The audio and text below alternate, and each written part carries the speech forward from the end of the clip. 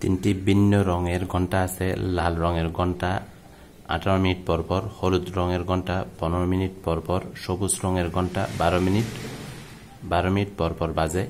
ঘন্টাগুলো সন্ধ্যা 6টায় একসাথে বাজলে পুনরায় আবার কখন একসাথে বাজবে? এখানে একটা শব্দ আছে পুনরায় আবার কখন।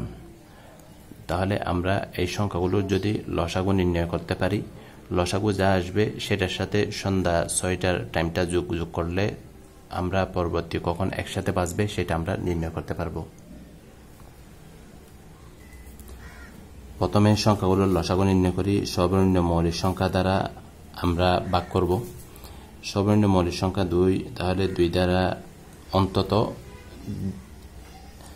2 বা ততোধিক সংখ্যাকে একই মৌলিক সংখ্যা দ্বারা ভাগ করা যেতে হবে, অন্তত 2টি।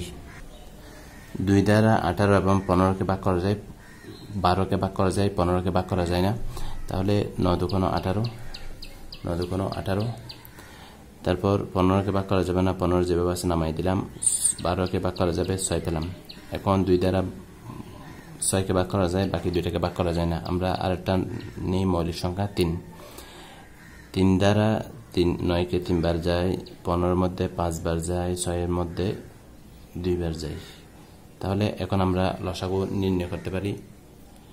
এক্ষেত্রে আমাদের লসাগু হবে যে সংখ্যাগুলো দ্বারা আমরা ভাগ করেছি সেগুলো এবং আমরা যে ভাগফলগুলো পেয়েছি তাদের গুণফল।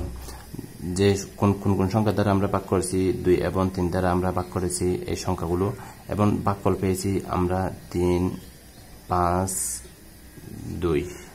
এখন আমরা যদি গুণ করি, 2 দুগুণ 4, 4 5 20, 3 20 60, 3 60 180। সুতরাং ঘন্টাগুলো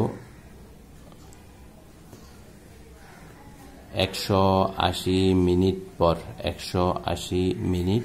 পর একত্রে বাজবে। যেহেতু সন্ধ্যা